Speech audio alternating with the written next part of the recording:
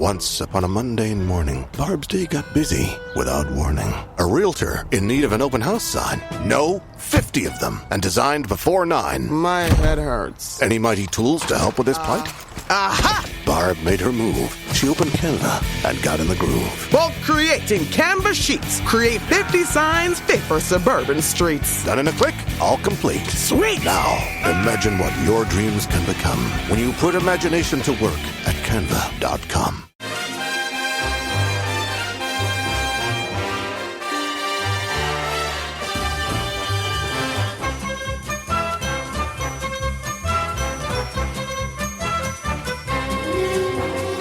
Hello everyone, I'm Chris Wynn and welcome to Haway The Podcast from Roker Report. And after talking about Wembley for pretty much a full week, we can now take stock and review the 2024-25 season in what turned out to be our third promotion to the top flight this century. And to kick us off, we're going straight in at the deep end and we're going to talk about who our player of the season is. So we had a short list of 6 for the lads to pick from. So the final 6 ended up being Dan Neil, Joe Bellingham, Luke O'Nien, Trey Hume, Wilson Isidore and Anthony Patterson. And we'll do our young player of the season in a later pod to follow because our squad is so young. We had to make the rule that the winner of that had to be under 21 on the day of the playoff final. But let's get back to player of the year because I have 3 gentlemen who are eager to look back on a fantastic year for the lads. First up, we have Craig Chapman. All right, mate? Good evening. It's been a while since me and you've been on a podcast, and it's good that it's in better spirits than the last one because I was working it out, and I'm certain the last time you and I recorded together was when we got beat 5-1 off Stoke. So we're here and we're going to enjoy this one, I think. I do remember for a while, mate, we seemed to get we got the short straw for quite a few, didn't All we? the bad ones. Where we were just, I remember the feeling of just before recording thinking, what were we going to say here? But we managed to troop through, didn't we? Well, we survived, so at least we can talk about better times now going forward. Yes, exactly. And I'm sure you're all chomping at the bit to get into it. So secondly, we have Roy Keane's substitute on the overlap. He might even be on call in case he does the overlap on tour during the summer. You never know, because it is, of course, Johnny Hawley. All right, mate? Aye, not too bad, mate. I don't know about your description of us as gentlemen at the start of your intro. That could be pushing the envelope a little bit. But I'm, mate, here and ready to talk about some successful Sunderland players for a nice change. Well, I thought, you see, if I called you gentlemen at the start, then you might kind of act like gentlemen instead of arguing later on when we're trying to whittle down who our player of the season is. And I know that some Sunderland fans can be eternally optimistic. That might be pushing the limit even for us. Like, I think we'll get the knuckle dusters and that out in a bit. But at least the first 20 minutes or so will be polite. Well, that's it. Well, our final guest has already said he's going to dig his heels in because last but certainly not least, we have, by his own admission, Sunderland's biggest happy clapper. And especially after the weekend he's just had, we can definitely say his glass is always half full. It is, of course, Gavin Henderson. All right, mate? I'm with you in spirit, I think. I'm here. I'm sort of in front of you, but yes, I'm sort of all right, I guess. Yeah, I've had a heavy weekend. Stag do 2 of 3. Got another one in 3 weeks, so I'm a bit broken, I've got to be honest. You probably had a heavy month, never mind a heavy weekend. Well, I know. We could have done without the Wembley trip, really, couldn't we? Bank balance and liver would have appreciated a weekend off, but no. Yes, I'm here anyways. I've made it. That's it. Right, well, let's get into it because, like I said, once again, our shortlist was Dan Neil, Joe Bellingham, Luke O'Nien, Trey Hume, Wilson Isidore and Anthony Patterson. So those are our 6 that we picked. I mean, Craig, those were the 6 that we picked from. There's probably a couple of outliers on there, which we'll get into. But would you say there's any that are unlucky to make the list? And, you know, there's your Dennis Serkins of the world. There's your, maybe, we're going to chuck Chris Rigg in there. He's going to be in the young player. But was there any one you would have chucked in that 6? Or got close to it? I think it's always a very subjective thing, isn't it, when you talk about who your favourite players are and who's, outshone others. But I think you could probably make a good argument for every member of the Sunderland squad at some point in respect of the contributions, no matter how big or small. I mean, honestly, as an outsider, I would have liked to have seen a mention for Patrick Roberts. I'm not sure how that goes down with the rest of yous, but I think in terms of what he has contributed to Sunderland throughout the course of the season, takeaway goals and assists. You've seen obviously firsthand what he did at Wembley. He gets us further up the field all the time. He's excellent in the dressing room. And bear in mind, he turned up touching on Wembley with one calf and provided a world-class assist to get us back into the game. I love Patrick Roberts. So he is my honourable mention as an outsider. It's interesting, isn't it, Craig, that, you talk about Patrick Roberts and sliding doors moments, and that kind of last minute where he tried to make that run and cut inside, gave the ball away, but yet it's the creation of a goal for us. You could probably argue maybe we've perhaps seen maybe the best and perhaps most the frustrating, I suppose, in those two key moments. But that being said, I think obviously if you maybe take the glass half full, Gav approach, he got us further up the field, 25, 30 yards, didn't he? And although he was dispossessed, let's say, because there was a lack of options there for him. So he played his part in both goals. I'm going to go out and bat for Patrick Roberts as an outside mention. Well, that's it. I'm gonna give him the benefit of the doubt that actually Patrick Roberts knew that United were going to give the ball away and we were going to get it back. But Johnny, you've seen that the six, and Craig's just mentioned Patrick Roberts as a potential player who can get on that list, and maybe the kind of Anthony Patterson potentially only on our list because of the maybe the final performance and how he did there and basically saving us on a couple of occasions. But was there anyone you would chuck on that list? Well, first of all, I'd just like to say, brilliant shout from Craig, because if Tom Albrighton listens, he will be furious at that shout. And anything that angers him makes me a happy man. So love that from you, Craig. There you go. Roker reports player of the season, Patrick Roberts. It would be worth it just for him in the group chat. But on a more serious note, in terms of people who may be unlucky to miss out, not on what he actually ended up doing in the season, but somebody who I think's unlucky is Romain Mundle. Because I think, talent-wise, he's obviously right up there with the very best in the squad. And that run he was on at the start of the season when he first came in for Clark, it felt like he, every time he got the ball within about 25 yards, you thought he was going to score. And there were some big goals as well. He scored the only goal against Burnley, or certainly a winning goal against Burnley early in the season. I think it was 1-0. It was. And he scored like a crucial goal away at Luton.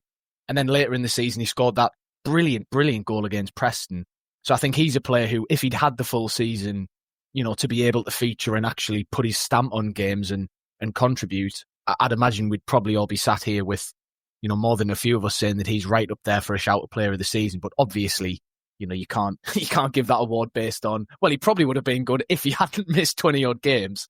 But yeah, he's one I think I'd give just a little mention to. Yeah.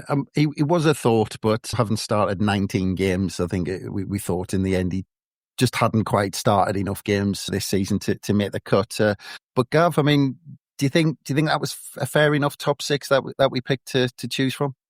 I think it's a bloody travesty that Leo Hjelde not there, if I'm honest. Where's Leo? Get the social media campaign going for him. Nah, I think that's probably about right. Talking about players who've not played enough games to really be considered, but also somebody who's contributed a lot would be Enzo Lefebvre, because when you think of moments, and particularly in the semi-finals and the final, he was involved, but obviously, he hasn't played enough football. He's been injured for most of his time here. But had he played pretty much from when he signed to the end of the season without injury, I think we would have probably been talking about Enzo Lefebvre on that list. I mean, even without the playoffs, you think of that run of performances he put together before he got injured. We had Middlesbrough and the Burnley game where he was actually playing out of position. And I mean, the Borough game in particular absolutely tortured Luke Ayling. But we're talking about sort of like moments rather than a consistent run. And it's been injury that's done him. Otherwise, yeah, I think you mentioned Sirkin before. Dennis Sirkin, for me, has been probably the best. I know Burrows gets all the plaudits from Sheffield United, but for me, I think Sirkin's the best left back in the division. I think he's battled out with performances this season. And yeah, he's had a couple of injury issues here and there, but he's probably had his best run for Sunderland, hasn't he, where he stayed quite fit. So Dennis Sirkin, I think, probably deserves to be on there, but it's difficult when you've had such a good season, and we're not like a team made up of individuals, are we? We are a team, like a unit. So that makes it incredibly difficult to make decisions like the one we're going to make by the time we get to the end of this podcast. And yeah, I think there's a few people who can count themselves as unlucky. I think you're tempting fate there that we're going to actually make a decision, but we'll see where we go. It is a question for you all, and any takers for this, but by my reckoning, including the 46 league games plus the 3 playoff games, how many matchday squads was Leo Helder involved in? Oh, that's a good question, that. It is. I mean, I've got just literally named on the bench as well. In the matchday squad. 35. Good guess. I reckon 40. I reckon it's been more than that. I'm going to nearly split the difference and go 38. It was 41. Yes. 41 matchday squads he's been involved in this season. But actually, it ties in with this, Gav. You've just talked about being a team, and you saw how much Leo Helder was celebrating.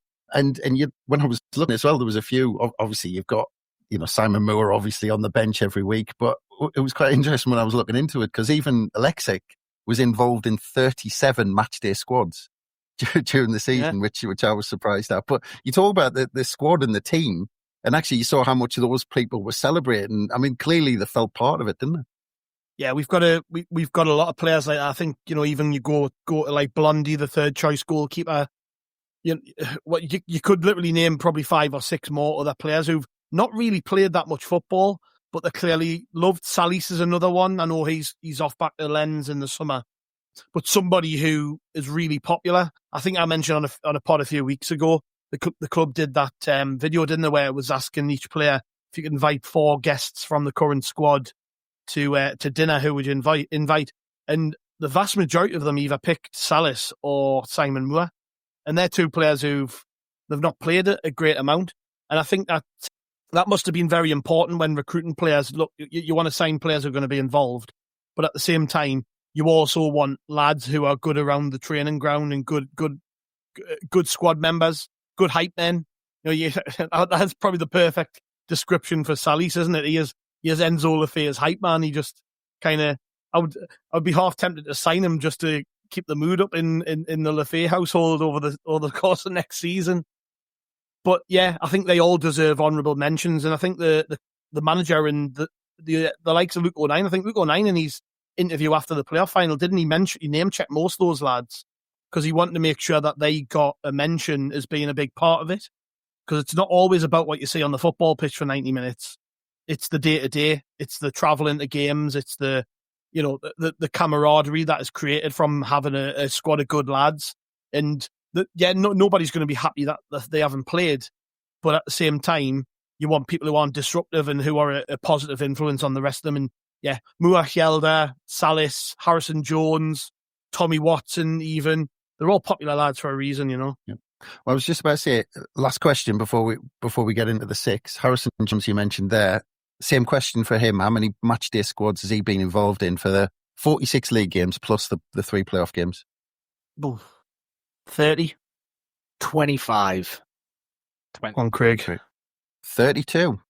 32 I win again. Squads. Full off. But there you go. Just because I was surprised at these things when you actually had a look at how much these players were involved, but didn't actually play much. But anyway, we'll get into this top 6. So the first one I want to come up with is possibly our outlier, and I think it's worth having a conversation because he's maybe our outlier because he stepped up to the plate when it matters. I think you could argue that a lot of the time over the last few years since he came in as number 1, that Anthony Patterson has almost gone under the radar because he's been so solid, Craig. That actually you just think, oh, Anthony Patterson's there. No one's Anthony Patterson. You just don't really notice it.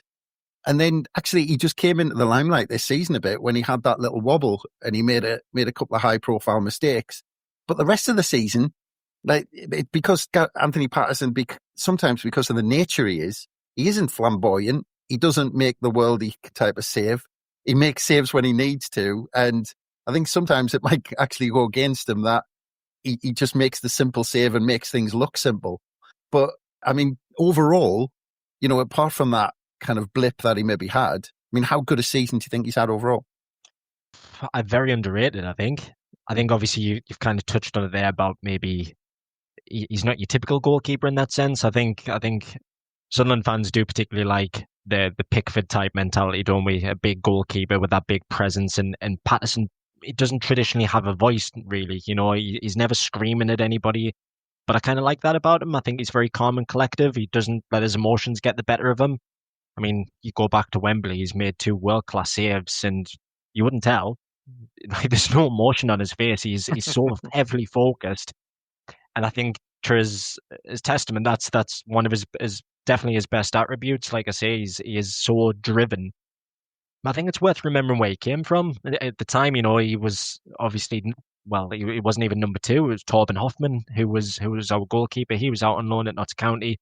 Then obviously to come into a side where we're basically saying, hey, listen, we need to get promoted at all costs now. He came in, he fitted in seamlessly, and ever since then he's made so many appearances. Only a handful that he's missed out on through things like injury. And yeah, like I say, I think obviously over the course of the past few years, we have had a lot of good goalkeepers. And you do typically compare one to another, Thomas Sorensen, Craig Gordon, people like that. And I think that's perhaps maybe why Patterson goes under the radar. But yeah, I like I say, I think he's vastly underrated. But I think it's just because he's a bit different in that sense. But as the season's gone on, he has certainly progressed a hell of a lot more. Shot stopping, certainly improvement needed perhaps on his distribution. But other than that, like I say, I think you can definitely see the improvement as he's gone on. Yeah. Yeah, it's a strange one because, it's bizarre to think that, we can maybe just put it down to the social media brigade and a few voices on there, Johnny, that people were calling for Simon Moore to come in actually at one point during the season. But if you think, like Patterson, he seems to, I keep thinking of this still a 21, 22-year-old. He's just turned 25 and now he's had 3 full seasons. Craig touched on that League One season where he came in halfway through and then made that, if you go back to League One playoff, he made that cracking save for the playoff final there as well when things were tight against Wickham. I think it was the only time they went forward, but he had to be on it and make that save. But, when you look back at this season, you think solid overall when you think about it, but it's bizarre to think we've just finished the season where people were calling for him to be dropped at one point. Yeah, it's strange, isn't it? Because I think Craig's right to point out that we've kind of been spoiled with goalkeepers over, go back 20, even 25 years, probably we've had a lot more good goalkeepers than bad goalkeepers in that period.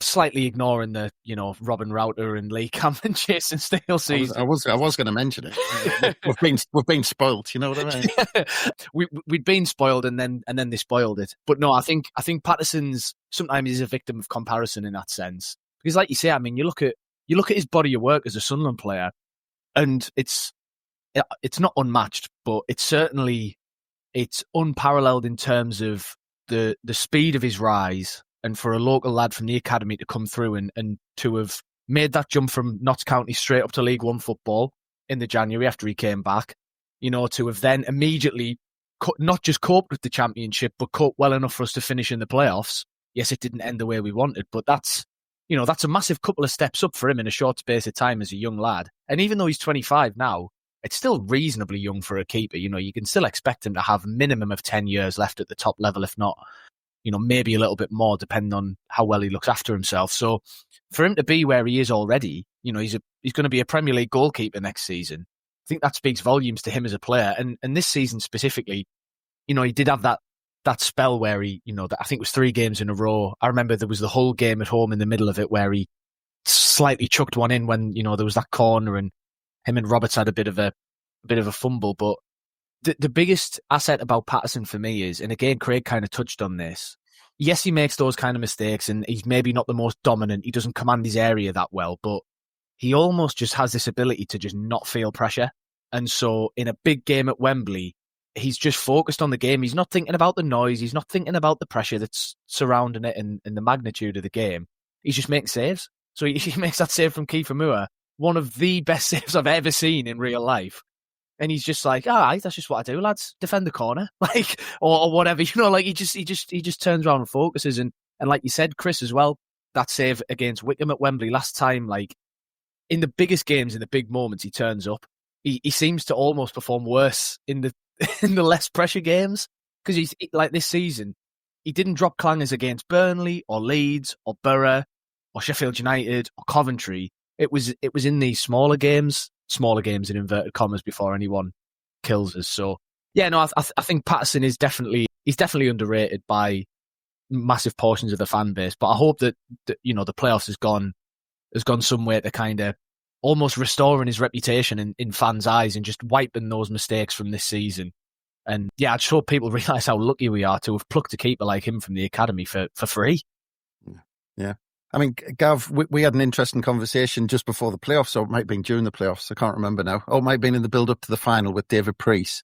Yeah. And he was talking a lot about his temperament that Craig and Johnny have touched on, and the difference between him and Jordan Pickford, who has the new monkey constantly on a loop going around his head, but a completely different character. And, Johnny touched on that save. I mean, I think, was it Danny Collins? Someone compared it to like that Gordon Banks save with a header where he kind of got down low and tipped it away. But yeah, when he needs to, he stepped up. And obviously, in terms of his character as well, you saw it firsthand that, he liked to celebrate afterwards, didn't he, after Wembley. So he's, people might think he's calm, but he enjoyed it, didn't he? And he deserved it, didn't he, after that performance? Yeah, and I mean, full disclaimer, I haven't always been on his side this season. There's been moments where he's had me tearing the little bits of hair I've got left on my chin out. Because, he can be frustrating. I think there's elements to his game which, you wish he was better at it. But, at the same time, he's playing, next year he's going to be a Premier League goalkeeper, but he's been playing in the Championship, and you have to kind of caveat that with, the fact that he got into the team in League One and stuff. He's been a recipient of some good fortune because Sunderland found themselves in the third tier.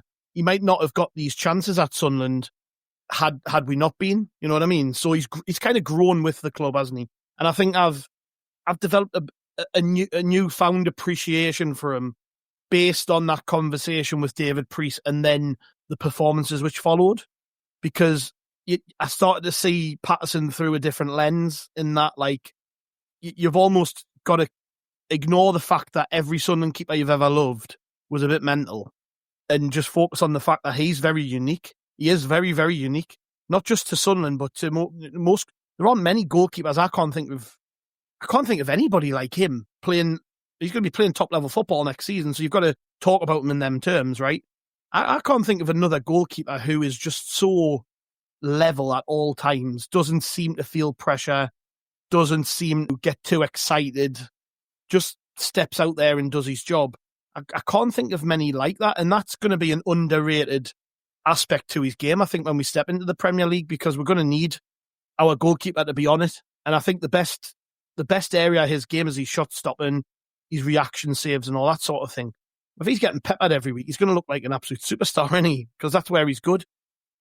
But look with Pato, I think earlier in the season, like I said before, he had that run where he made so many high-profile mistakes. And I was thinking, just for his sake, get him out the team for a game or two, just to give him a breather. But this is where the club's management of young players has trumped the emotional thoughts and feelings of supporters. Because where we would just be like, get him out the team, man, give him a rest. Blah, blah, blah. They know what they're doing with these kids. They've done it with other players. They've done it with Dan Neil. They've done it with Rigg. They've done it with Job last season, where they just go, nah, we're going to play him through it. If we show faith in him, he'll recover. We've got faith in him. He's a hard-working lad. He'll bounce back quickly. And they've all done it. Every single one of them's done it. It shows you that it can make or break players, can't it? If they drop a young kid after a series of poor performances or high-profile errors, that's probably more damaging to their short-term prospects than it is, if you keep them in the team. So we've seen the benefits of that as Sunderland have gone on. So no, I think Pato, yeah, he loves it, doesn't he? I mean, he's been pictured in Ibiza with Jude Bellingham, hasn't he? And so Simon had catched on the end of that, haven't they? But they've totally deserved it. I know he gets a bit of stick for going. When at the time when he was not playing particularly great, people were criticising his weight. People were saying he needs to stay out the pub and he needs to do this and he needs to do that. But look, I think you can see he put the work in since that point as well. He did take the criticism on board. He's lost weight, definitely lost weight. He looked a lot more lean towards the end of the season, and I think he's it's shown his performances. I just hope that he gets a chance next season, because the temptation's there, isn't it, to recruit another goalkeeper? But I would like to see him get an opportunity next year. Well, very quickly, Gav, are we likely to see bids? Because David Priest said there's always been people after him. Is he likely to be our number one next season? He's young and English, isn't he? So straight away, the Premier League clubs looking for homegrown players to add to their ranks are going to be looking at people like Patterson. Thing is, though, he's after such a high-profile performance, winning man of the match in the Championship playoff final, his value will have increased. So you're not going to get much of a bargain signing our first-choice goalkeeper, are you? But I do think there'll be interest, yeah, I do. Because I think, if you're I'm not saying these are the teams who are going to buy him, but if you're a Liverpool, Man City, Man United, Arsenal, who just want a really capable backup who's also homegrown, there's not many goalkeepers out there. If you look along the sort of Premier League, there's not many English goalkeepers starting every week. And I think you've probably got a handful, and most of them are already at top clubs. So it's like, it's a very small pool of goalkeepers, and he's probably, after what he's done at Wembley, and the fact that he's played so much football, he's had 2 wins at Wembley now as a Sunderland player. He's been our number one for 3.5 seasons. He's got to be, if he was playing for anybody else, we would be looking at him, wouldn't we? And saying, like, would we have him at Sunderland? So yeah, there will be interest, but I just think he'll still be a Sunderland player going forward. I would like to think so, anyways. Yeah, it'd be interesting. I've just seen, I think it was Keller leaving Liverpool for around 20 million. I think it might be off to Brentford, I think. So yeah, it might be interesting. One to watch in the summer. But we'll go to the other end of the pitch, because also on our list was Wilson Isidore. Obviously came in the summer on loan to start with, and that got turned into a permanent deal, I think, when we realised just what a bargain it was going to be. I think regardless of how long he was in the team, I thought, we'll just have him anyway because it's a bargain. I think he ended up with around 13 goals and 44 appearances in total, and I was looking as well.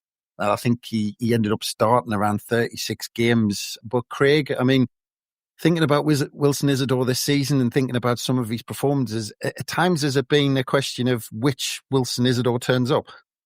Yeah. There's that kind of cliche, that line now, isn't it? That Wilson Isidore does not score like bad goals. If you would do the highlight reel, every goal he has scored for us has been a worldie, peeling off his men, like 25-yard volleys. Just every single one of them are absolutely ridiculous.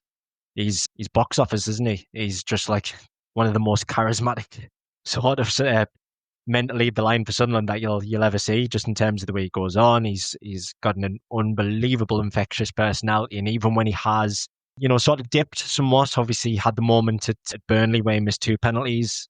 2 weeks later, he scores just the most insane goal at Middlesbrough. Did even have the audacity to drop the goalkeeper like he did.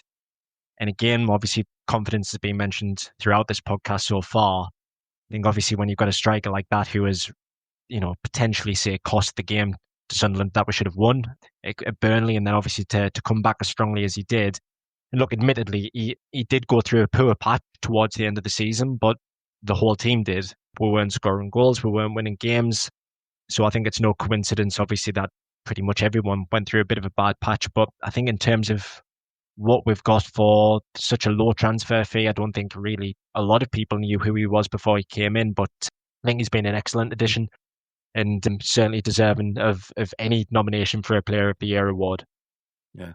I mean, Craig, just talking about the potential price we got him for, I mean, a bargain on paper, but is he someone, because he was potentially bought to play out wide originally, and we've potentially moved him into that front role, because do you see him as someone who can be that striker, be that point person in the Premier League? Or do you think actually he might end up playing in the position where we originally bought him for? I think you could probably look at the playoff games and see the strength that he had, sort of drifting in from the left-hand side when he scored down at Coventry. So he's demonstrated pretty much the best attributes for obviously the left-hand side there. He presses very well from the front as well. So in terms of, I mean, the thing with Regis Labrie, he leaves you sort of very surprised with his team selections, doesn't he? So I'm not sure if we will go 2 up top a lot. So if it's the case if we only play 1, then chances are it's going to be my ender every week. And if you're looking for a left-hand side option, who knows? Maybe it's going to be Mundell preferred. Obviously, Lafay can play there as well. So I really don't know. It's a good question, but I mean, in an ideal world, you would like to see 2 up front and maybe see us be a bit bold and brass and take the game. but it's good, like I say, that he can play in two positions. So it's a lazy answer from me that I'm sort of avoiding giving you a yes or no, because I genuinely think he's as good in either position. Obviously, when he plays out wide, I think one of his good things is he tracks back, and there's not a lot of strikers actually like doing that. He does a lot of the ugly things as well. He chips in pretty much everywhere on the pitch. So, I mean, if you think, obviously, you go back 12 months when you're relying on Mason Burstow to score you some goals or Nazari Rusin, I mean, for where we are now, it's night and day, isn't it? And you think, obviously, the going rate was, 30 million for Tom Cannon in January? And here we are with Isidore, I think, for 4 million. I end for 1 million. You know, the business on those two is outrageous, to be honest. Yeah. I'm not gonna say anything to Gavin, I remember debating about Tom Cannon at the time, but we'll just leave it there, mate. All right, on that one. We'll come on to Johnny about Wilson Isidore. With Isidore, Johnny, because I have to admit he confuses me from time to time, because you've seen some of his goals, and I remember some of them earlier in the season, where he just looked like a whippet. There was times where he was running from the halfway line and nobody could catch him, and you thought, bloody hell, you know, he hasn't got the pace to pull away from people. And then later on in the season, he went clean through a couple of times, and he had a couple of yards on defenders, and like defenders just caught him up, and he seemed quite slow. And I just can't decide what type of player he is, and whether, because if you see the Wilson Isidore that went through patches of scoring 5 and a 9 and 7 and 11, rather than the Wilson Isidore that scored no goals in 13 or no goals in 7. Like if he was consistent all season, he would have bagged 25, 30 goals, because when he's on it, I'm not sure that he's in the Championship. Yeah, I think he's been a little bit of a victim of the way the team sets up sometimes, particularly towards the back end of the season, because you're right, he is frustrating to watch, because we know how good he can be. And as Craig said, you know, he doesn't score bad goals. He only scores absolute belters. And when you've got a player who you know's got that in his locker, you do get a bit greedy, I think, sometimes as fans, and you start thinking like, oh, wait, you did it last week, so just do it again. You know, the goals are the same size, they've not moved, mate. Just do the same again. But, you know, obviously football's not that easy. But for me, I think with Isidore, you know, he does get about a lot, and you know, he'll put yards in, and he's not like a lazy player, but I do think he's very much a player who, if he doesn't score, you're not really going to see much from him in an attacking sense. Like he's not knitting play together. He's not doing what Mayenda does, where he'll, you know, take the ball, swivel, and just run at people and force teams back, and just doing things on the ball that are other than get ball, run at goal, have shot, which Isidore's very good at. And I think as a team, as we started towards the back end of the season to move a little bit away from that sort of more front foot style, and we were sitting deeper, and we were a little bit uninspiring at times. I think that's not helped Isidore. And then obviously losing Mundell from the left hand side, and Lefay's injury problems, and, you know, a little bit of chopping and changing of the side, I think has probably limited his service a bit. And I would say that's probably why he's, you know, he ended the season as quietly as he did, I think, because of what was going on around him, which I can't really fault him for too much. And, you know, you read out the numbers of his kind of purple patches. He was absolutely unplayable then. And he's still a brilliant finisher and a good footballer. I just think for me, you know, looking forward to the Premier League, you maybe would just question whether he's got it in him to hurt Premier League defences if they cotton on to how they can stop him. You know, I just like to see him maybe try and add a bit of variety to his game, but that's looking to the future. Just looking at this season, I think if he'd replicated that form for another even month or so, I think we'd possibly all be sat here saying he's undisputed player of the season. But yeah, I think that inconsistency and that tailing off is probably what's done for him in the end. Was it sustainable though, Johnny? I think in terms of obviously the form that we were on, obviously we dropped off, didn't we? I think if they all continue to perform at that level, I mean, chances are we would have ran Leeds and Burnley the whole way, wouldn't we? I think that was one of the things. Maybe I'm not sure if we're peaked or if we're just burnt out or anything like that. But yeah, I mean, like I say, I think obviously through that patch that Gav mentioned, probably one of the best in the division, no doubt about that. Yeah, no, I think you're right. It's not necessarily a level that you can keep up over a whole season. Otherwise, he probably would never have ended up here in the first place. He'd be in the Premier League already getting 25 goals because he's that good of a finisher. But it's just one of those, I think, you know, he burned very brightly he just didn't burn quite long enough for him to just cement himself at the top of that list where you go, well, it's no question, it's Isidore player of the season. Where I think if he'd hit that 20 goal mark, which he's got in him, if he'd got there, then I think we'd all be saying, look, that's him, no doubt. But yeah, difficult one for him. It's a long old season. Yeah. Well, I mean, Gav, Johnny made a good point about the way we play. And we haven't been a team that's really created many chances in games this season. Has he been a victim of that? Yeah, was it Clive Tilsley who was complaining about? He was talking about what we've done to football and the fact that we've kind of ruined it for strikers these days. Because it is, when you think about it, the game has changed to a degree where strikers aren't involved much at all. They're asked to do one thing, and that's put away maybe one or two of the chances that they get in a game. And it makes it difficult. Someone like Wilson Isidore 10, 15 years ago would have because he's so good on the ball, he can score every type of goal. He would have shone massively. But the way football's changed, obviously, you don't see him on the ball as much. And people mistake that for laziness, or just he's not getting involved, or he's not very good at battling with defenders, which just isn't the case. I just think the game's changed to a ridiculous degree. And then on top of that, you've got Eliza Mayenda, who's an absolute freak of nature, who can just pick the ball up and run half the length of the pitch. And there is nobody out there like him at the minute. Like, try and rack your brains. We were doing this the other day when we were talking to Danny Collins. There's nobody out there who does what Mayenda does. So, he's got that to contend with because he's in the same squad as him. But for me, Isidore, I think he's probably not necessarily a victim of the fact we don't create many chances. I think he's become a victim of the fact that we play it in such a way that doesn't lend itself to strikers being heavily involved in games. You're asking him basically just to burst with pace away from their defence and try and get shots away when he can. And, look, it doesn't happen that often. But what I do think is that style of play, when you get into the Premier League, 9 times out of 10, we're going to be playing teams who don't want the ball. Who don't want us to have the ball. They're going to dominate possession. So you're going to see a lot of the same patterns next season in the way we play, so the way we've played this season, albeit against a much better quality of team. And I think that'll suit players like Isidore and Mayenda next season.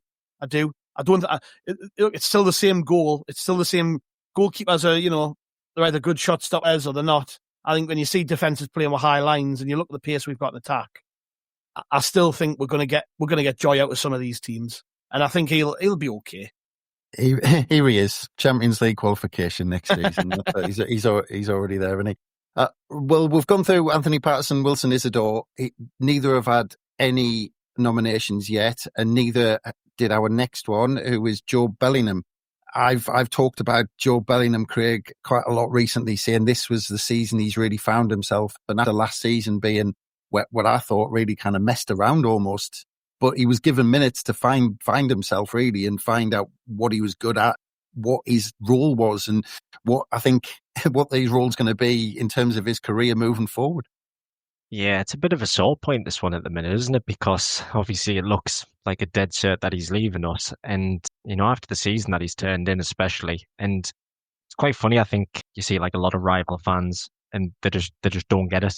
Every sort of social media comment will compare him to like championship plodders. And the thing for Job is you just do not know how high his ceiling is. He has literally every attribute going.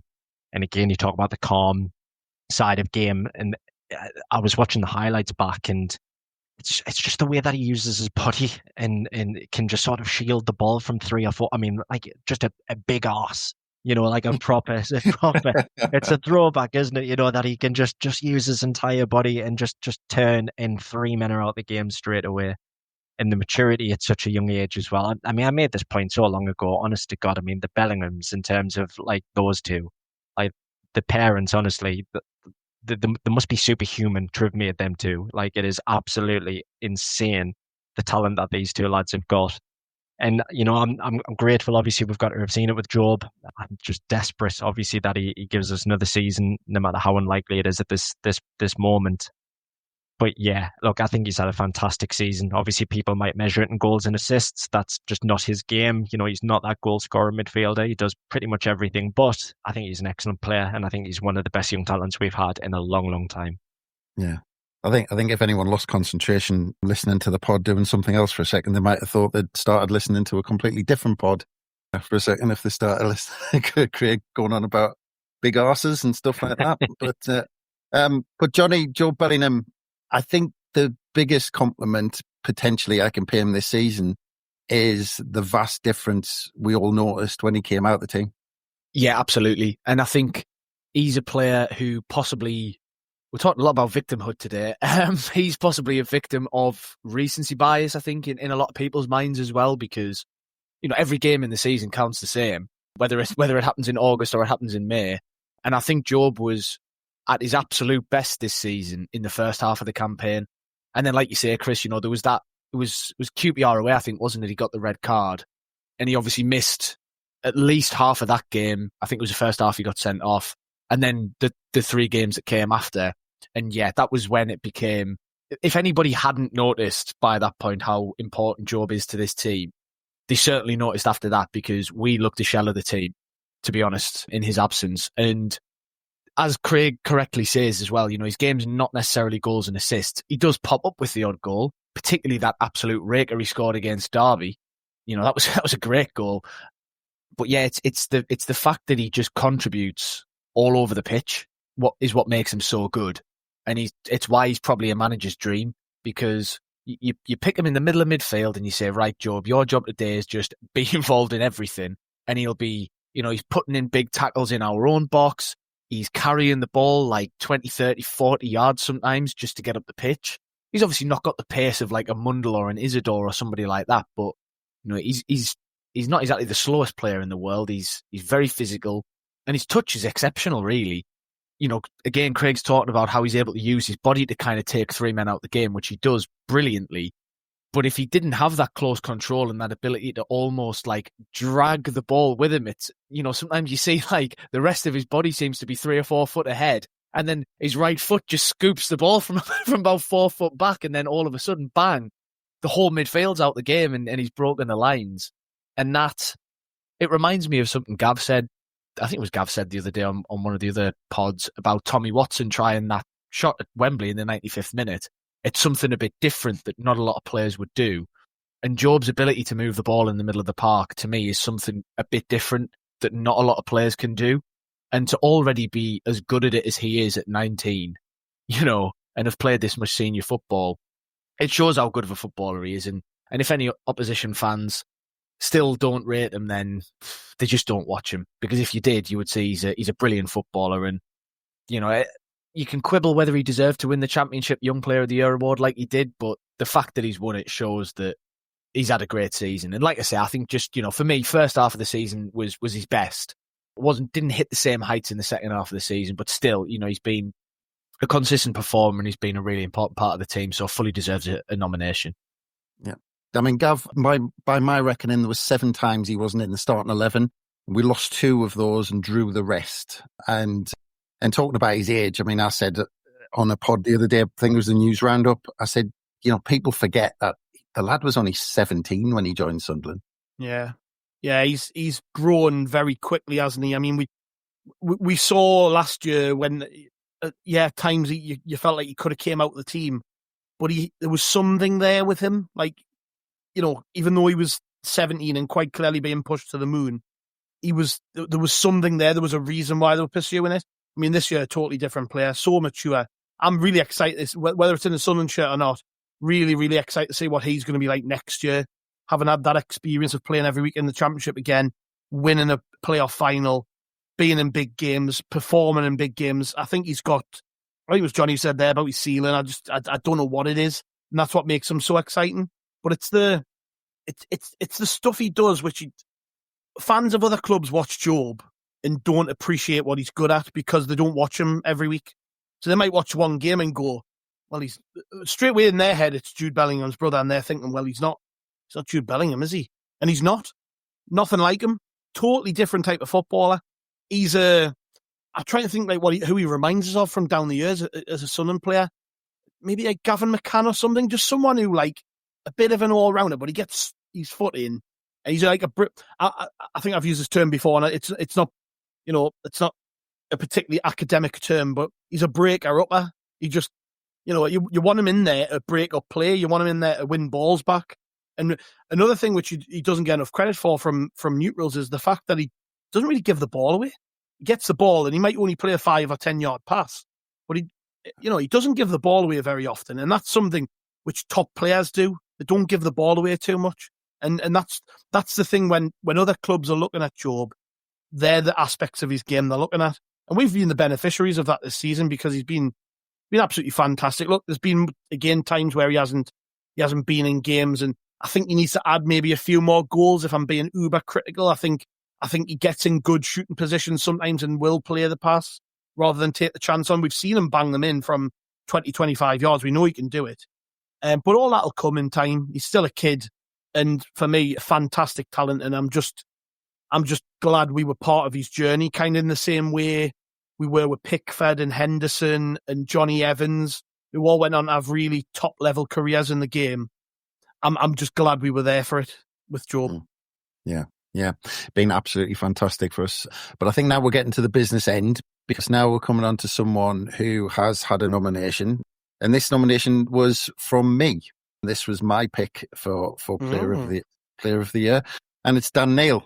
And I just think that he's been a Rolls Royce in the middle of the park this season. I think quite a lot of what he does goes understated. I think he's a Premier League midfielder. I think give him the time and space, Craig, in the Premier League. I think potentially he could have left us a year or two earlier and gone on to potentially bigger and better things if he'd left earlier. But he stayed with us, and he's kind of had that journey where that photograph was taken to the League Cup final, and then he went up as captain and took us to the Premier League. So he's kind of done it. But just how he's been this season. I mean, there's been games, I remember Swansea away, I thought he drove us on. I could pick a few more out, but I just think at times he's either been that calming influence or he's drove us on if he's had to. And I'm just having a quick look. 46 starts out of the 49, including the playoffs this season.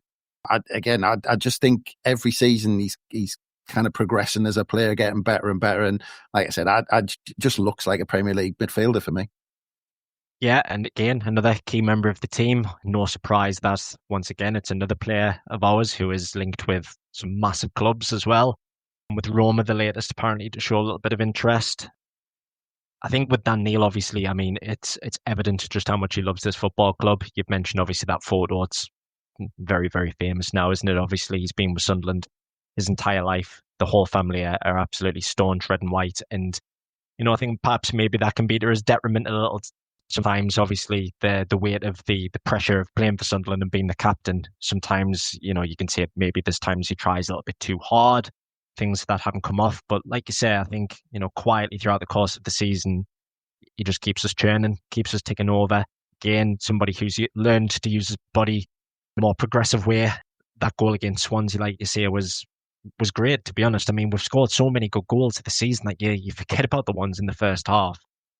And look, obviously, the critics will point out he did have a couple of careless mistakes at the start of the season. He gave a penalty away at Watford, and I think he was sent off against Burnley, wasn't he? But I think overall, if you're thinking that, say, Ipswich went up last season and they were signing the players, they're the best players from the Championship. I think if we were to, say, bring in somebody of Dan Neil's calibre, or another team like a Burnley or Leeds where they identify him, you would imagine that he would be starting in pretty much every single lineup. And like I say, I think it's a nice sort of romantic story that, obviously, that photo from when he was such a young kid, obviously stood by Sam Greenwood, and then there he is captaining the lads and winning at Wembley. It's the stuff that, to be fair, all four of us can only dream of. It's an incredible story, and like I say, again, considering he's only 23 as well.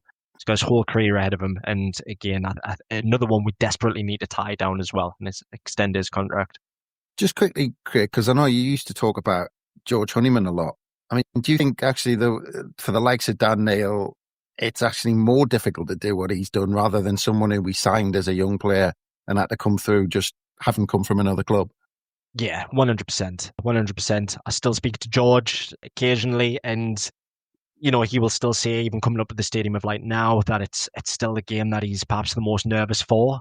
And again, it's because we've had private conversations. I'm sure he'll not mind me mentioning, but he still feels that he's got to turn in a performance, specifically at Sunderland. And I think, obviously, from where the club was, they have, both come in, obviously, at different times, of course, but there is such a responsibility to turn in a performance for Sunderland. And when you are a supporter like they both are, it's an enormous pressure. It's an enormous expectation. If Dan Neil wasn't in the starting lineup for us, he'd be in the stands. And like I say, obviously you think of captains that we've had in years gone by. Maybe they haven't had the intense level of scrutinies that these two have had.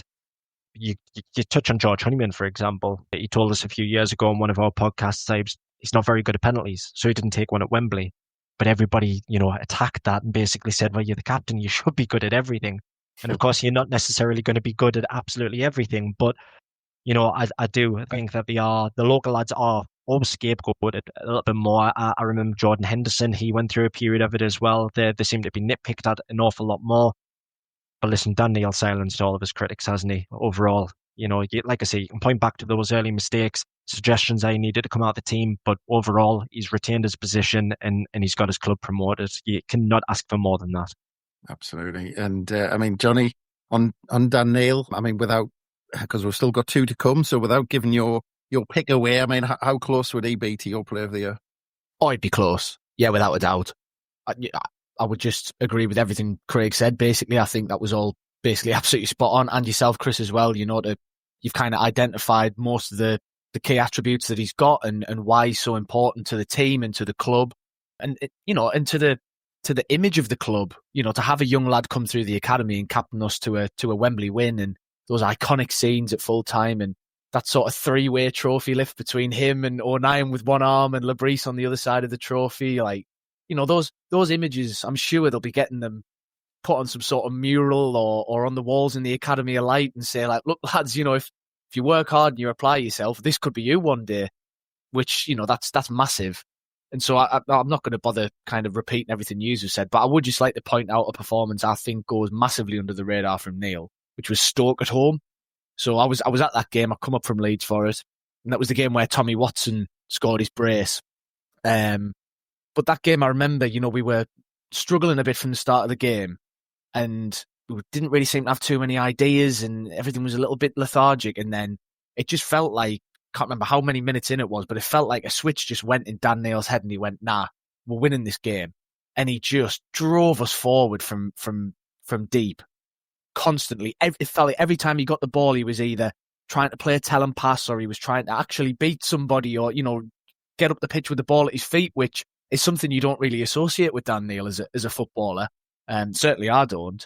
And I just remember thinking that day, that is what I would call a captain's performance. The one at Swansea was obviously the one that gets all the plaudits because he scored that absolute, that brilliant goal, which deserves the plaudits. But yeah, that Stoke at home game for me, that is really, I think, what kind of typifies Dan Neil is, we're backs against the wall a little bit and it just felt like he just decided, no. Stoke aren't scoring and we're not winning this game. We have to win it. And yeah, he was immense. And so I think he's a great player. Credit to the club and credit to himself. Yeah, we needed that because we hadn't won for the 6 games before that. Just on Dan Neil for you, Gav, just because obviously I'm trying to collect all this information to try and twist all your arms to have Dan Neil as our player of the year. But was he close to for you?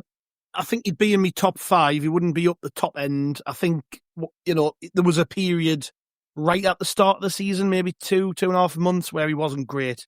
We've got to be honest. But then from that point, absolutely outstanding. He's been brilliant.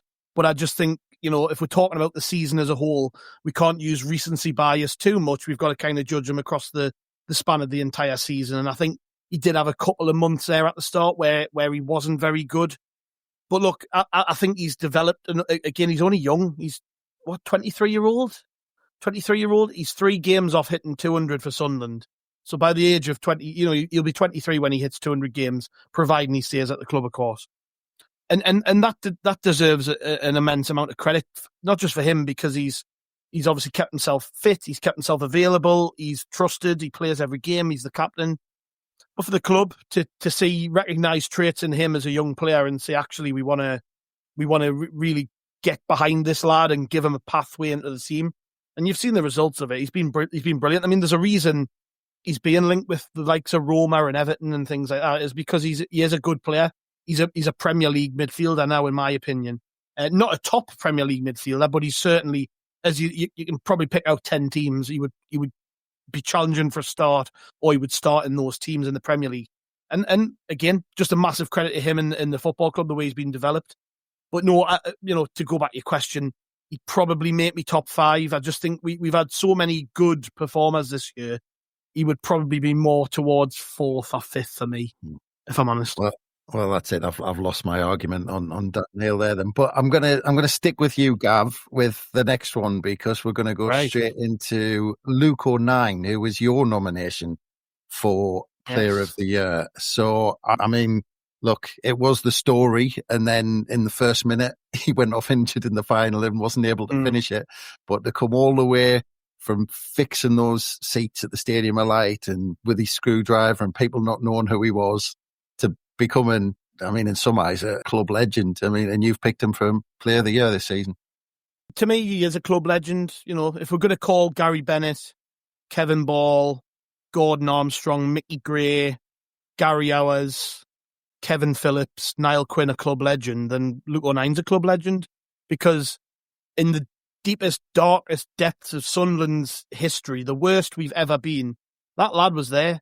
He saw the last regime, the latter end of the piss takers who were still at the club leeching tens of thousands of pounds off us in League One. And he saw all of that, and he saw the shitty standards around the place. And that team that got promoted, influence all over it. Every single player who you hear talk about how much of an impression he makes on all of them day to day. He is the model example for what a professional should be, professional footballer. And he might not be the best player we've got, but I tell you what it is, he works bloody hard. And there's a reason I've picked him, and it's because he's just so consistent. Luke O'Nien's a 7 out of 10 every week. And to be player of the season, you've got to play well every week. And I think he does. You'd struggle to find more than a couple of games this season where Luke O'Nien was like, we didn't play well today. He's generally just steady away, if not very good. But I just think, in the face of constantly being doubted, people constantly write him off. He's not good enough for League One. Then you get promoted, he's not good enough for the Championship. And then he's going to have all that again next year. He's not good enough for the Premier League. He just keeps proving people wrong. He's absolutely brilliant. And you look at the competition he's had in that position, Ballard and Mepham, who are, for me, Premier League centre-halves. Luke O'Nien's kept one of them out of the team at all times this season, even when they've been fit. Luke O'Nien has kept people out of the team because you see what he brings when he's not there. And I think when it's good that you mentioned the final and the fact he came off so early, because I thought Ballard and Mepham were brilliant in the final, but I don't think Sheffield United score that goal with him on the pitch. I think Luke O'Nien closes the ball down, So, I mean, we'll never know. But I just think he closes that ball down. And I think we missed his passing ability from the left side of defence in the final. That's something we've seen all season with Luke O'Nien. But yeah, just such a consistent performer. Somebody who I think is undoubtedly the crowd favourite. Everyone loves him, or most people do. Even people who pretend they don't like him, or people who used to say some pretty shitty things about him, even begrudgingly admit now that Luke O'Nien has done brilliantly for Sunderland. And like I say, he's played nearly every game this season. So all these, we talk about Pato, we talk about Dan Neil, we talk about Luke O'Nien as players who've basically played in every game. We got promoted, and for me, he's been our steady Eddie this year, 7, 8 out of 10 every week. So that's why I went with Luke O'Nien, and hopefully we will all agree on Luke O'Nien being player of the season. We'll see. Well, I'll go to you, Craig, with this, because you haven't agreed with Gav, but we'll come on to your pick in a minute. But yeah, I mean, I was just trying to flick through the squad, and I'm kind of 99% sure Luke O'Nien is the only kind of survivor from that first season for the first summer when we dropped into League One. But it takes a certain type of player to come in and we all remember that Charlton game on his debut where he was like a deer in a headlight, and that he's had to work on his game, and he's played centre midfield, he played right back, he played left back, and then turned into a centre half as an emergency centre half, and then suddenly now he's potentially a Premier League centre half. I mean, it's a ridiculous story. Yeah, again, he's such a difficult sort of person to describe, because I think a lot of people from the outside will look at him, and again, he's a smiley player, he's a shithouse, this, that, and the other.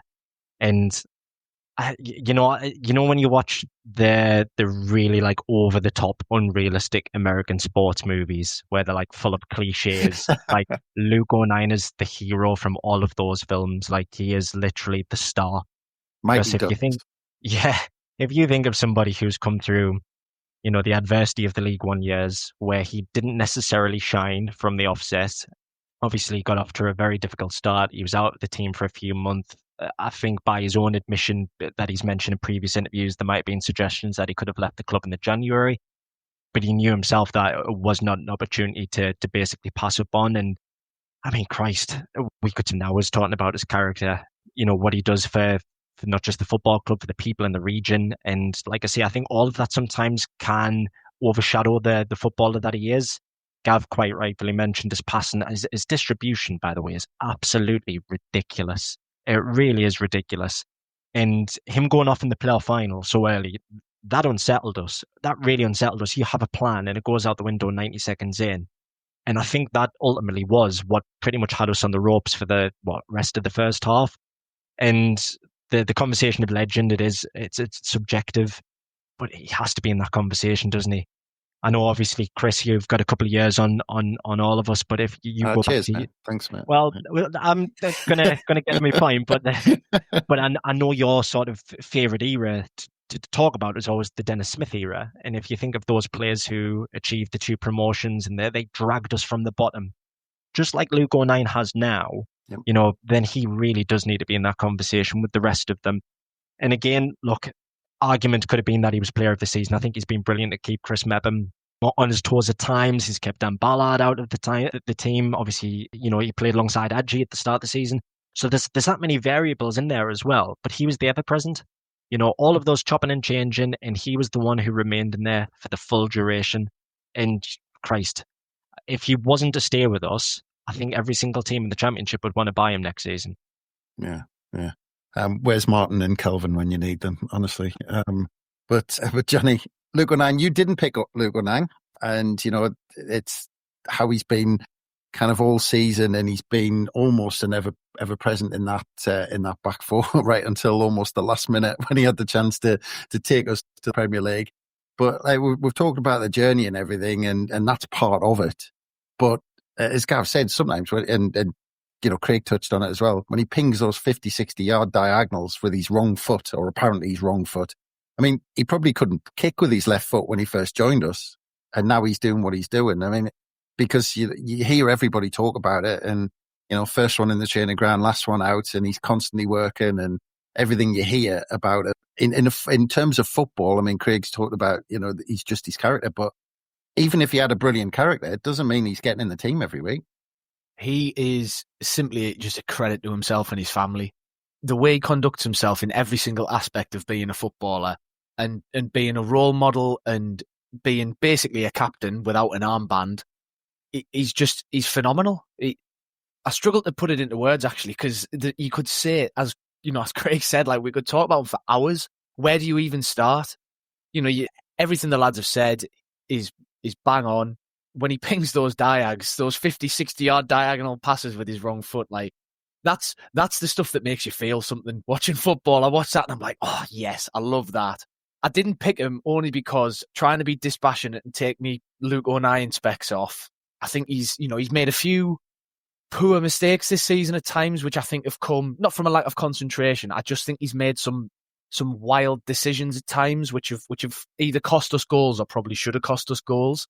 So I was trying to just take actual performance into account, which is why I didn't end up picking him. But, I think he's my favourite footballer of all time. He's my favourite player I've ever watched for Sunderland, without a doubt. He's my favourite character. I love the bloke to bits. Is it possible to be in love with someone you've never met? I mean, if it is, then I am with Luke O'Nien. Like the guy's just, he embodies everything I want Sunderland to be. And so you're agreeing with me then, Johnny, and he's players. Right, end the podcast. I'll sell Luke O'Nien before I ever agree with Gab, so don't worry about that, lad. But no, look, like I say, I could easily have picked him just on the strength of how much I love watching him play for Sunderland. I just tried to, like I say, just actually think about only this season. But you look at his whole Sunderland career. For me, the bloke's a legend. Obviously people quibble, but he's right up there.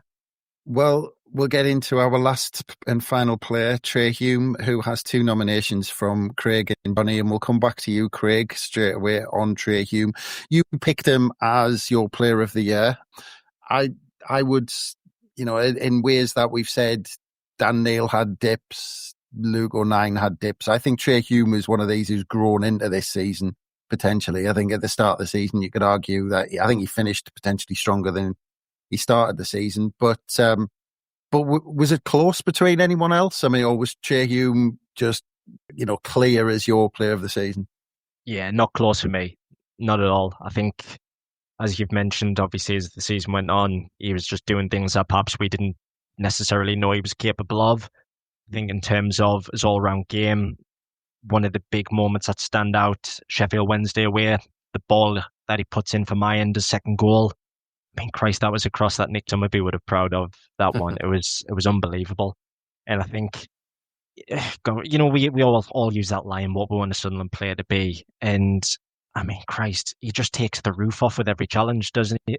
And you think, obviously, it's been mentioned, obviously, his contribution in the playoff final. Just incredible, absolutely incredible. Benchmark for a fullback, right back particularly, we'll probably always go with Chris Makin as the standout, or what would want somebody to be. He's right up there for me. And again, I think, obviously, as we start recording, it's been mentioned on Sky that Wolves are interested in him, Everton, host of La Liga clubs. I think if he was to leave, he would be the hardest to replace. I think he's been an unbelievable signing. And in terms of, obviously, where he's come from, obviously, we've paid an absolute pittance for him.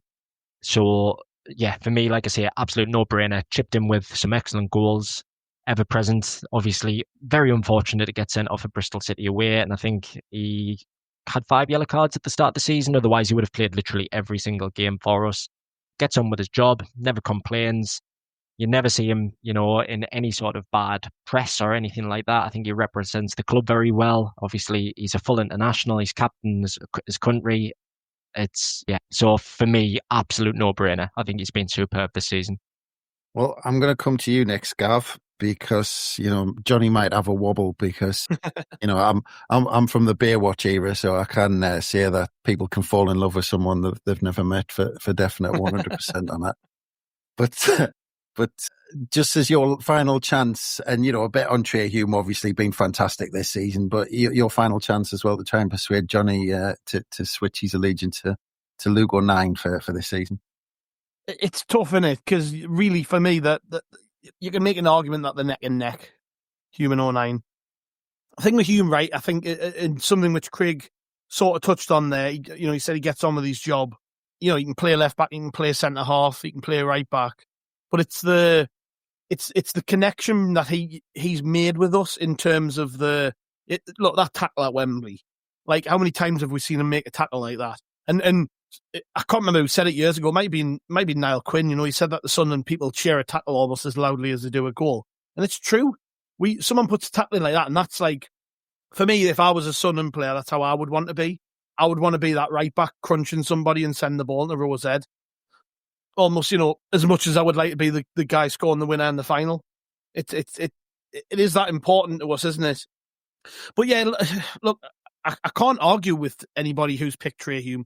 Although, as you said, Chris, I think he did have a wobble there. They've all had them. They've all had spells in the season where they haven't been particularly great. And your recency bias does kick in. You think about how he played in the final and stuff, and he has got better and better, and he's being linked with big teams all over the world for a reason. Because on every single data metric, he's he's fucking flying, isn't he? Like, if he's not on the radar of every single club in Europe at the minute, then he should be, because he's that good. And if he stays with Sunderland, he's going to prove that in the Premier League, I think. And he's shown at an international level playing for Northern Ireland against good teams that he can do it. But I still think, I had the choice and I went straight for Luke O'Nien. He was the one who went straight to my mind, was Luke O'Nien. And being honest, they're probably pretty close, aren't they? Let's be honest. When I talked about having a top 5 before, he'd be second, right underneath O'Nien. So I get it. I get why people have went with him. I think in terms of consistency, there's not been 2 more consistent players. So it's probably a flip of the coin, to be honest. We could probably flip a coin and say which one was which. They've both been as good as each other. The only thing I would say with Hume, and this is what worries us a little bit if he does stay at the club, is that, that aggression that he brings, is that something you can get away with at the top level? Like, are you going to be able to put a tackle like that in on Mo Salah? I don't think so. You know what I mean? I think he's going to have to adapt as he goes on. But in terms of this season, I think he's right up there. It'll be him or O'Nien, definitely. Clive Tilsley mentioned that, wondering whether he was going to get away with that tackle in the Premier League. But Johnny, Trey Hume is your choice.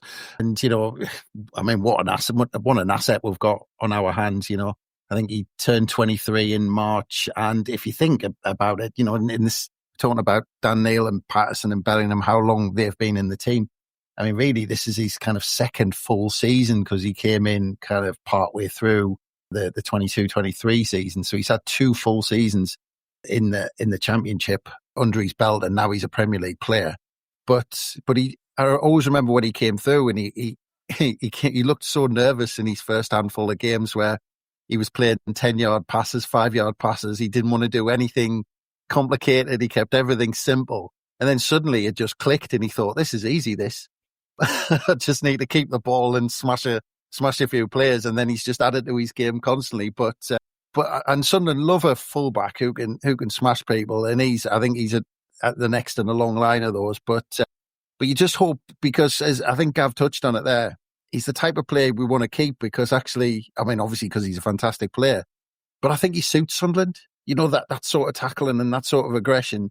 There's some clubs actually who he might not suit playing for them, playing like that. And I think he knows that as well. I think he's obviously recognised, he's gone in for a few of them big tackles, and he's heard what the crowd have done, and he's gone, oh, right, hang on. It's 45,000 of me in the stadium watching. So I can just do exactly what I want to do, and they're all going to love us. And if he did think that, he's bang on, because, Gav said it as well. Like, as Sunderland fans, we'd love to see that, don't we? Obviously we want to see talented players, and we want to see good goals and good football and all the rest of it. But yeah, Hume for me, again, it's very similar to O'Nien and similar to what Neil's been this season as well. I think he embodies everything I want to see in a Sunderland player. The attitude, the commitment, the bit of quality he's got. And like you say as well, Chris, he has added to his game this season. I think, 9 goal involvements he ended up with this season, 3 goals and 6 assists. And, they haven't been assists in the sense of a little tap across the 6-yard box for somebody to poke in. It's been, some really good quality bits of play. So to see him develop from what he was when he first came to where he is now is remarkable. And this season in particular, I think he's been brilliant.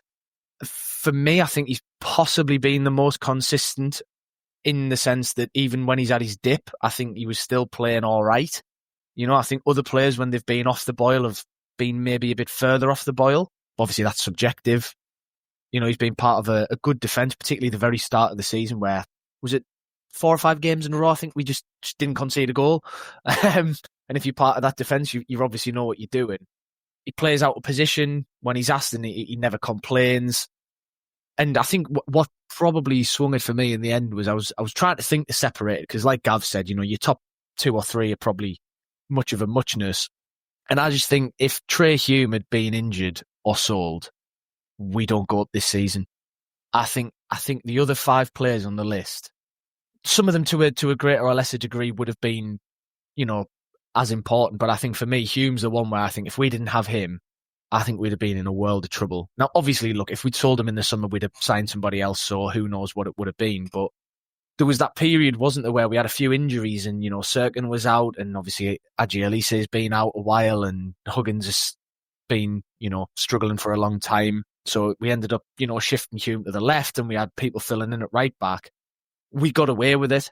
I think if Hume had been the one to go down and we'd had them kind of injuries, I think we'd have been in a much, much worse position. So I think for me, it's just a mixture of consistency, attitude, quality, but then ultimately just importance to the team.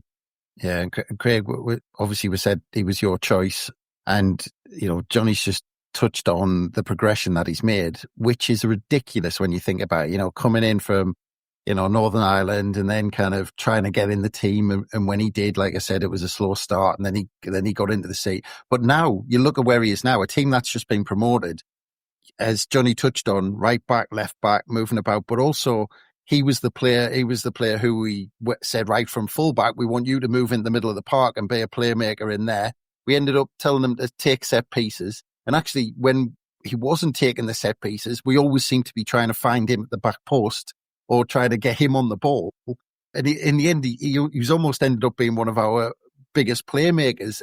And you mentioned about that breaking news about him being linked with Wolves, Everton, host of Spanish clubs as well. I mean, having found his place at Sunderland, could he make the step up to one of those big clubs, do you think? Yeah, I think so. Obviously, if you look at Wolves and Everton, they're traditionally in the bottom half of the table at the minute. And to be honest, I think he can go higher than that. But I suppose, obviously... Would it be disappointing, Craig, if he went to the likes of Wolves and Everton? Would it be disappointing he didn't go to a higher club if he did make that move? I think for me, to be honest, what will be a disappointment is if we don't actually start to have that belief in Sunderland again, because a lot of conversation shaping at the present moment is that we'll just go up, we'll take the money and we'll go back down. And I think we need to aspire to be better than that. So there's obviously a lot of conversations around at the moment that we are going to be in contract negotiations with the important players like Hume and so on. But like I say, I think what we need to do is we actually need to show them that we aspire to compete alongside Everton and Wolves as well, and that we are going to steadily climb the table. Obviously, it's going to be a work in progress throughout the course of the next few seasons, but we do have to aspire to that. And look, I think obviously it's a testament to what the club's done in terms of the recruitment policy that we seem to have gone up, and we're still sort of fearing that every single player is potentially on the move, and that doesn't seem to be happening at Leeds. It doesn't seem to be happening at Burnley, unless I'm missing something. Admittedly, I am obviously more present in the Sunderland sort of world with news. But yeah, we've got a really good team. I think we need to have a bit of belief in them. And look, it's no surprise, obviously, Trey Hume is linked with these clubs. And they are good clubs. Obviously, have a presence in the Premier League. Everton, Wolves have been up there for nearly a decade now. But that being said, they still find themselves in the bottom half of the table, and they're not turning up, any stones themselves. So, is there a great deal of difference between us and those clubs? Not really. Historically, we're bigger than Wolves. Admittedly, Everton, you would say, are a bigger club than Sunderland. But that being said, they've done nothing for a long, long time. And I like Everton. I think they're a good club. They've got a great fan base as well, and they're obviously moving into that new stadium. So, you could see why that would be an attractive proposition. But like I say, look, we've got to be targeting clubs like that. When the fixtures come out, what we've got to do is we've got to sort of put that list out and say, this is where we're going to get 35, 40 points. Do you fancy us to take points off Wolves and Everton next season? I do. Yeah, well, I hope so. Anyway, if I ask Gav, it's an easy 6 points, but I'll bring it to you, Gav, because obviously we didn't go for Trey Hume. Craig and Johnny did. So you said it was a flip of a coin, and for me, it could have. There was arguments for Hume, O'Nien, Dan Neil and Bellingham for me. You could have quite easily argued, for any of those four, and I would have likely agreed after a while. So we're happy that Trey Hume is the Roker Report player of the season, certainly on this pod anyway. Yeah, I think so. As I said, it's a flip of a coin, and Johnny's over the moon, obviously. Victory, get in. No, I'm sort of reluctantly agreeing. No, I'm not reluctantly agreeing. I think you, like I said before, it's a flip of a coin. I think if you'd said Trey Hume or Luke O'Nien, how can I, it's like picking between your two favourite kids, man, isn't it? I love them both equally. But no, I think Trey Hume's been absolutely outstanding. No complaints from me, Chris. If that's who we're going with, happy days. And look, he had a clean sweep with the club awards as well, didn't he? I think he won the club award, and did he win the supporter group award as well? Might have. Anyways, I can't remember. But regardless, it's been widely recognised that Trey Hume has had a fantastic season. I'm not going to argue against that. Well, that's it. If only for the tackle on Diaz and taking Malk's pint outside King's Cross and down in his Guinness, then he fully deserves it. So I thought it was going to be more difficult than that, but we came to a consensus pretty quickly, and that's it. So the player of the season for Haway The Podcast certainly is Trey Hume. Let us know if you agree or disagree. Obviously, I think Johnny said a couple of times that it's all subjective, and even me and Gav didn't agree, but we'll take this one. We'll take this one since they've all been so brilliant this season. As long as you let me win a couple of the other ones this week, then. Well, that's it. We'll have it. I was just about to say, so we've got some others coming up. We'll have Young Player of the Year. We'll have a couple of like Goal of the Year and things like that. We'll discuss all of that stuff as a review for the season. But I think for Player of the Season, we're all decided. So thank you very much, Johnny. Thank you very much, Chris, and cheers to Gavin Craig as well. Particular cheers to Craig, our safety in numbers with pick and humour is what got us over the line, so well done, mate. I hope there's no cheating went on, by the way, off air and stuff. You weren't fraternising with each other, were you? Ganging up on me and Chris. If it makes you feel better, Chris had to remind me to send it across, because despite the request being, give me one player name, I still managed to forget to actually text him, so definitely no fraternising from me. Yeah, I had a nudge here, but thanks very much, Craig. Always a pleasure, mate. Yes, same to you as always. And thanks very much, Gav. Like I said, we'll be back with Young Player and all sorts, aren't we? Yes. Looking forward to getting into more of it. It's nice to do a season review of a season where we've actually achieved something, isn't it? Because it's just all happy and nobody's going to get bored of talking about it. So looking forward to the next one, mate. That's it. At some point, way in the future, we'll go through game by game, kick by kick, just because we can. Why not? Brilliant. Well, that's it. Trey Hugh, our Player of the Season. As I said, coming up, we've got our Young Player of the Season and much more from the 2024-25 season. But thanks again for everyone for listening. We'll have loads more this week, and keep an eye out on the Roker Report website. We've got some on this days, and we've got transfer rumours. We've got one of the lads keeping us up to date on all of the transfer rumours to see how much of them are complete bollocks. But we'll wait and see at the end of the season how many of them actually come to light. But from us, bye for now.